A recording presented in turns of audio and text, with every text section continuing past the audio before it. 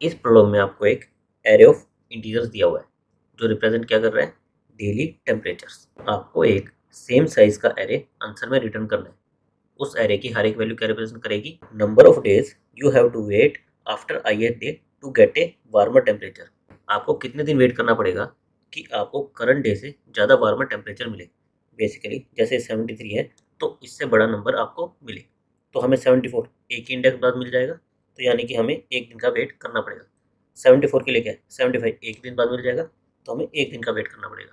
75 के लिए क्या है, हमें यहाँ पर 4 डेज का वेट करके 76 फिर उससे बड़ा मिलेगा, तो हमें 4 डेज का वेट करना पड़ेगा। 71 के लिए क्या है, यहाँ पर 72 2 डेज बाद हमें मिल जाएगा। 69 के लिए 1 डे वेट करना पड़ेगा, 72 के लिए 1 डे वेट करना पड़ेगा। 76 के लिए हमारा कभी भी वार्मर टेम्परेचर नहीं आएगा, तो अगर ऐसा केस है तो उस केस में हमें 0 स्टोर करना है, तो हम 0 स्टोर कर लेंगे। सिमिलरली 73 के लिए क्या है, कभी भी वार्मर डे नहीं आएगा, तो इसके लिए भी हम 0 स्टोर कर लेंगे।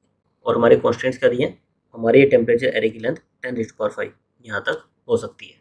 तो अगर हम इसकी ब्रूट फोर्स अप्रोच की बात करें तो हम क्या कर सकते हैं, हम सिंपली एक एलिमेंट को फिक्स कर दें। जैसे हमें इस 73 के लिए निकालना है, उसके बाद हम इसके i+1 यहाँ से शुरू करें और हर एक एलिमेंट पर लूप लगाते जाएं। जो भी हमें फर्स्ट एलिमेंट बड़ा मिले उसका इंडेक्स और हमारे करंट एलिमेंट का इंडेक्स, इनका डिफरेंस हम स्टोर करके रख लें। जैसे इसका इंडेक्स है 0 और हमें इससे बड़ा कब मिला, फर्स्ट इंडेक्स पर मिला, तो इनका डिफरेंस 1 हम स्टोर करके रख लें। सिमिलरली 75 इसका इंडेक्स 2 होगा, इसके राइट में देखना शुरू करूँगा, ये बड़ा नहीं है, ये बड़ा नहीं है, ये बड़ा नहीं है, ये फर्स्ट बड़ा एलिमेंट है, तो इसका इंडेक्स क्या होगा 6 6 - 2 मैं 4 स्टोर करके रख लूँगा। तो हर एक एलिमेंट के लिए मैं उसके राइट साइड में हर एक एलिमेंट को ट्रेवर्स करूँगा और जो फर्स्ट बड़ा एलिमेंट मुझे मिल जाएगा वो मैं स्टोर कर लूँगा। लेकिन इससे हमारी टाइम वेस्ट किस में चली जाएगी, n² में। हर एक एलिमेंट के लिए हम n साइज का लूप चलाएंगे और हमारे n एलिमेंट्स हैं, तो हमारी टाइम वेस्ट n² में चली जाएगी, यानी कि 10⁻10 जो कि टाइम आउट मार जाएगी। तो हमें इससे बेटर देखना होगा। अगर हम देखें, हमें हर एक एलिमेंट के लिए उसके राइट साइड में फर्स्ट बड़ा एलिमेंट फाइंड आउट करना है। जो भी फर्स्ट बड़ा एलिमेंट एग्जिस्ट करता होगा हमें उसका इंडेक्स फाइंड आउट करना है। तो इस प्रॉब्लम को हम नेक्स्ट ग्रेटर एलिमेंट, ये आपकी स्टैंडर्ड प्रॉब्लम होती है, उसमें कैटेगराइज कर सकते हैं। उस प्रॉब्लम में आपको क्या करना होता है, हर एक एलिमेंट के लिए उसका नेक्स्ट बड़ा एलिमेंट फाइंड आउट करना होता है। हमें इस प्रॉब्लम में बस क्या करना है, जो भी बड़ा एलिमेंट है उसके इंडेक्स और करंट इंडेक्स का डिफरेंस स्टोर करके रिटर्न करना है। तो अगर हमें बड़ा एलिमेंट मिल गया तो सिंपली हम उसका इंडेक्स ले लेंगे और उसका इंडेक्स स्टोर कर लेंगे। तो हमारी ये प्रॉब्लम किस टाइप की आ गई, नेक्स्ट ग्रेटर एलिमेंट। हमें हर एक एलिमेंट के लिए next greater element find out करना है, और अगर किसी एलिमेंट के लिए नेक्स्ट ग्रेटर एलिमेंट एग्जिस्ट नहीं करता हो तो उस केस में हमें 0 स्टोर करना है। और इस प्रॉब्लम को सॉल्व करने के लिए आपका एक स्टैंडर्ड मेथड एग्जिस्ट करता है, मोनोटोनिक स्टैक का। मोनोटोनिक स्टैक आपका क्या होता है कि आपके स्टैक में एलिमेंट्स आइदर इंक्रीजिंग और डिक्रीजिंग इसी ऑर्डर में होंगे। आपके स्टैक में एलिमेंट्स एक पर्टिकुलर ऑर्डर में ही रहेंगे। जब भी आपका ऑर्डर वायलेट होगा तो आप कुछ एलिमेंट्स को पॉप कर दोगे। जैसे मैं एग्जांपल लूँ 9, 5, 1 और 7, हमें इस ऑर्डर में एलिमेंट्स को स्टैक में इंसर्ट करना है। तो हमारे स्टैक में क्या होगा, सबसे पहले 9 जाएगा, फिर 5 जाएगा, फिर 1 जाएगा। हम मोनोटोनिक डिक्रीजिंग स्टैक बना रहे हैं, यानी कि हमारे एलिमेंट्स डिक्रीजिंग ऑर्डर में ही स्टैक में रह सकते हैं। तो जब हमारा 7 आएगा तो अगर मैं 7 को डायरेक्टली इंसर्ट कर दूंगा तो क्या होगा, मेरा ऑर्डर डिस्टोर्ट हो जाएगा। तो इसके लिए मुझे क्या करना पड़ेगा, इस 1 और इस 5 इन दोनों को पॉप करना पड़ेगा। मेरे स्टैक में क्या रह जाएगा, 9 और 7, तभी मेरा डिक्रीजिंग ऑर्डर मेंटेन रहेगा। तो मोनोटोनिक डिक्रीजिंग स्टैक में हम क्या करते हैं, हम डिक्रीजिंग ऑर्डर में स्टैक में एलिमेंट्स को स्टोर करते हैं। तो मोनोटोनिक इंक्रीज में क्या करते हैं, इंक्रीजिंग ऑर्डर में एलिमेंट्स को स्टैक में रखते हैं। तो इस प्रॉब्लम के लिए हमें मोनोटोनिक डिक्रीजिंग स्टैक बनाना पड़ेगा। इसको हम एक एग्जांपल की हेल्प से समझते हैं। हमें गिवन एग्जांपल ये दिया हुआ था, हमें इसको सॉल्व करने के लिए मोनोटोनिक डिक्रीजिंग स्टैक मेंटेन करके चलना है। तो स्टार्टिंग में हम एक एम्प्टी स्टैक बना लेंगे और जो हमारा फर्स्ट एलिमेंट होगा उसका इंडेक्स और एलिमेंट को अपने स्टैक में इंसर्ट कर देंगे। हम चाहें तो केवल इंडेक्स को भी इंसर्ट कर सकते हैं, क्योंकि इंडेक्स से हमें एलिमेंट इजीली मिल जाएगा। जस्ट हमारी प्रॉब्लम को अंडरस्टैंडिंग के लिए हम दोनों चीज़ों को इंसर्ट कर देंगे। 0 हमारा इंडेक्स हो गया, 73 हमारा इस पर वैल्यू हो गई। फिर हम आएंगे 74 पर। 74 हमारा 73 से बड़ा है और हमें मोनोटोनिक डिक्रीजिंग स्टैक मेंटेन करके चलना था, यानी कि हम 73 से छोटी वैल्यू ही डायरेक्ट इंसर्ट कर सकते थे। अगर इससे बड़ी वैल्यू आई तो हमें इसको पहले पॉप करना पड़ेगा। और जब भी कोई एलिमेंट पॉप होगा उसके लिए जो हमारा करंट एलिमेंट है, जैसे 74 है, वो इसका नेक्स्ट ग्रेटर एलिमेंट हो जाएगा। और जब भी हमें नेक्स्ट ग्रेटर एलिमेंट मिलेगा तो हमें क्या करना है, उस एलिमेंट का इंडेक्स माइनस हमारा जो पॉप हुआ एलिमेंट 73 पॉप हुआ उसका इंडेक्स, यानी कि 1 माइनस 0 ये अपने आंसर में स्टोर कर लेना है। 73 के लिए ये हमारा आंसर हो जाएगा कि हमें 1 डे वेट करके बड़ा एलिमेंट मिल जाएगा। और उसके बाद हम क्या करेंगे, इस 74 को 1,74 का इंडेक्स और वैल्यू हम अपने स्टैक में इंसर्ट कर देंगे। हमारा 73 पॉप हो चुका है। फिर हम आएंगे 75 पर। अगेन 75 हमारा बड़ा है तो हमें 74 को पॉप करना पड़ेगा। और पॉप करते टाइम हमारा जो करंट एलिमेंट का इंडेक्स है कितना है, 2 है। और जो पॉप हुआ इसका इंडेक्स कितना है, 1, 2 माइनस 1। ये हम 74 के लिए आंसर में स्टोर कर देंगे। 74 हमारा पॉप हो जाएगा और 2,75 ये स्टैक में हम इंसर्ट कर देंगे। फिर हम आएंगे 71 पर। 71 हमारा स्टैक के टॉप से छोटा है और हमें मोनोटोनिक डिक्रीजिंग स्टैक ही चाहिए, तो इसको हम डायरेक्टली इंसर्ट कर सकते हैं। 3,71 ये हम इंसर्ट कर देंगे। फिर हम आए 69 पर। ये 71 से छोटा है तो 4,69 ये भी स्टैक में इंसर्ट कर देंगे। फिर आए 72 पर। 72 हमारा 69 से बड़ा है, यानी कि 69 के लिए 72 हमारा नेक्स्ट ग्रेटर एलिमेंट हो जाएगा। तो हमें 69 इसको पॉप करना पड़ेगा। और उससे पहले क्या करना पड़ेगा, 72 का इंडेक्स क्या है, 5, और 69 का इंडेक्स क्या था, 4। 5 माइनस 4 ये 1 हम आंसर में स्टोर कर लेंगे। कहाँ पर, 69 के इंडेक्स पर। हमारा 69 पॉप हो गया और अभी हमारा एलिमेंट क्या है, 72। अभी भी 72 हमारा 71 से बड़ा है, यानी 71 के लिए भी हमारा 72 नेक्स्ट ग्रेटर एलिमेंट होगा। तो हमें 71 को भी पॉप करना पड़ेगा। और उससे पहले उसका आंसर, करंट इंडेक्स क्या है, 5 माइनस 3।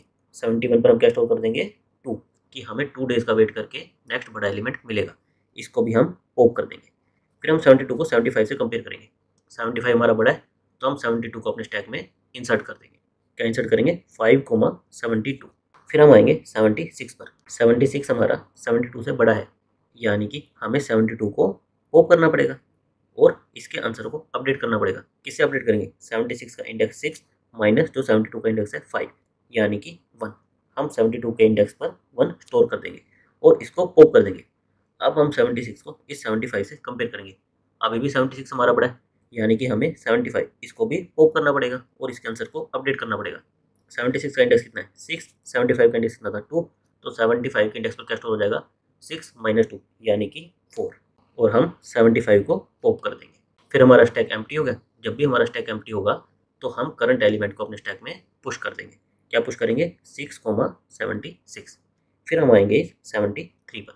73 क्या है, हमारा छोटा है तो इसको हम 7,73 डायरेक्ट अपने स्टैक में पुश कर देंगे। फिर हम आएंगे आगे। इस पॉइंट पर जिन जिन एलिमेंट का आंसर अपडेट हो चुका है, जैसे इन 6 एलिमेंट का आंसर अपडेट हो चुका है, तो उनके लिए एरे में हमारा नेक्स्ट ग्रेटर एलिमेंट एग्जिस्ट करता है। जो एलिमेंट इस पॉइंट पर स्टैक में रह गए उनके लिए नेक्स्ट ग्रेटर एलिमेंट एग्जिस्ट नहीं करता। तो उनके लिए हमें क्या करना है, उन पोजीशन पर हमें 0 स्टोर कर देना है। तो हम 6th और 7th इन दोनों इंडेक्सेस पर 0 स्टोर कर देंगे। तो इस तरह से आपका मोनोटोनिक डिक्रीजिंग स्टैक वर्क करता है और उसकी हेल्प से आप इस प्रॉब्लम को सोल्व कर सकते हो। और सेम कंसेप्ट आपका, अगर आपको next smaller element find out करना होता तो आप क्या बनाते, मोनोटोनिक इंक्रीजिंग स्टैक। हमें नेक्स्ट ग्रेटर फाइंड आउट करना था तो हमने क्या बनाया, मोनोटोनिक डिक्रीजिंग स्टैक। और अगर नेक्स्ट स्मॉलर फाइंड आउट करना होता तो हम क्या बनाते, मोनोटोनिक इंक्रीजिंग स्टैक।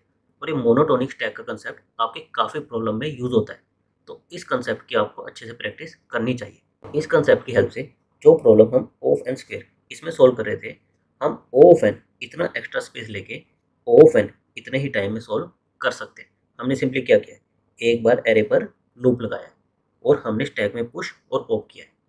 और स्टैक में पुश और पॉप हमारे क्या होते हैं, O ऑफ 1 के ऑपरेशन होते हैं। तो ओवरऑल हमारी ट्रायंगुलरिटी क्या आएगी, O ऑफ n। अब हम इसका एक बार कोड देख लेते हैं। कोड में हमें एक वेक्टर ऑफ इंटीजर दिया हुआ था जो क्या रिप्रेजेंट कर रहा था, डेली का टेम्परेचर। हमें वेक्टर ऑफ इंटीजर रिटर्न करना था, तो हमने उस टाइप का एक आंसर वेरिएबल ले लिया। कितने साइज का, हमारे टेम्परेचर एरे के साइज का। और उसको बाय डिफॉल्ट किसे इनिशियलाइज कर दिया, 0 से, कि जिसका भी आंसर अपडेट नहीं होगा उस पर बाय डिफॉल्ट 0 से वैल्यू अपडेट हो जाए।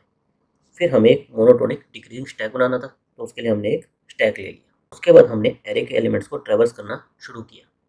जब भी हमारा स्टैक एम्प्टी होगा तो हमें क्या करना है, करंट एलिमेंट को डायरेक्ट स्टैक में पुश कर देना है।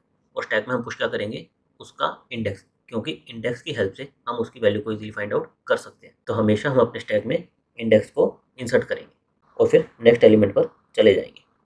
अगर हमारा स्टैक एम्प्टी नहीं है तो हमें क्या करना है, हमें करंट एलिमेंट को स्टैक के टॉप से कंपेयर करना है। अगर हमारे स्टैक का टॉप छोटा है तब तो हमें क्या करना है, हमें उसको पॉप करना है और उससे पहले उसके लिए आंसर अपडेट कर देना है। हमारे टॉप एलिमेंट के लिए हमारा current element next greater element हो जाएगा। तो उसके लिए हम आंसर कैसे अपडेट करेंगे, हमारे करंट एलिमेंट का इंडेक्स माइनस हमारे टॉप का जो इंडेक्स था उन दोनों का डिफरेंस लेकर, और ये काम हम लूप में करेंगे। कब तक करेंगे, जब तक हमारे स्टैक का टॉप हमारे करंट एलिमेंट से छोटा है। और ऐसा करते करते ऐसा भी हो सकता है कि एक पॉइंट पर आपका स्टैक एम्प्टी हो जाए, तो उसके लिए हमने एम्प्टी स्टैक की कंडीशन चेक कर ली कि हमारा स्टैक एम्प्टी नहीं होना चाहिए। अगर वो एम्प्टी है तो डायरेक्ट इस लूप के बाहर आ जाओ। इस लूप के बाद हमें क्या करना है, हमें करंट एलिमेंट को अपने स्टैक में पुश करना है, तो हम उसका इंडेक्स स्टैक में पुश कर देंगे। इस तरह से इस पूरे लूप के बाद क्या होगा, जिन जिन एलिमेंट का नेक्स्ट ग्रेटर एलिमेंट एग्जिस्ट करता होगा वो हमारे आंसर में अपडेट हो जाएगा। जो एलिमेंट्स हमारे स्टैक में रह जाएंगे उनके लिए नेक्स्ट ग्रेटर एलिमेंट हमारे एरे में एग्जिस्ट नहीं करता, तो उनके लिए हमें क्या रिटर्न करना है, 0। इस प्रॉब्लम में तो हमने क्या किया था, स्टार्टिंग में स्टैक को बाय डिफॉल्ट 0 से इनिशियलाइज कर दिया था। अगर आपको इनके लिए कोई स्पेशल वैल्यू रिटर्न करनी होती जैसे -1 या कुछ और, तो उस केस में आप क्या कर सकते थे, सिंपली जब तक आपका स्टैक एम्प्टी नहीं है तब तक आप उसके आंसर पर वो वैल्यू स्टोर कर सकते थे और 1 बाय 1 इनको पॉप कर सकते थे। क्योंकि हमने बाय डिफॉल्ट 0 से इनिशियलाइज कर लिया तो हमें इस लूप की ज़रूरत नहीं है, हम डायरेक्ट अपने आंसर को रिटर्न कर सकते हैं। इससे हमारी टाइम वेलोसिटी क्या आएगी, हम सिंपली एरे पर एक लूप लगाएंगे और कुछ पुश और पॉप ऑपरेशंस करेंगे, तो हमारी टाइम वेलोसिटी आ जाएगी O ऑफ n, और हमें स्पेस किसके लिए लगेगा, हमारे स्टैक के लिए कितना लगेगा, O of n। Thank you guys.